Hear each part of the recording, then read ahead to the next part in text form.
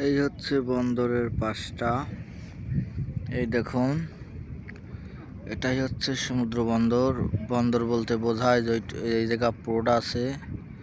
এই পোর্টের কারণে এটা হচ্ছে সৌদি আরব, সুবাইল, রিয়াদ রিয়াদ মাঠ বলে। ওইখান থেকে সোজা এই পাশে আসতে হয়।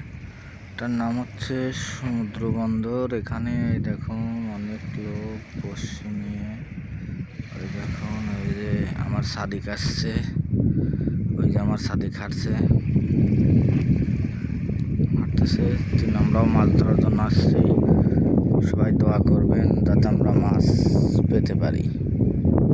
এই দেখুন ওপাশ দিয়ে অনেক জুম করা, রোদের সময় জুম করাটা সম্ভব নয়, তাও দেখে নিন। ভালো থাকবেন সবাই।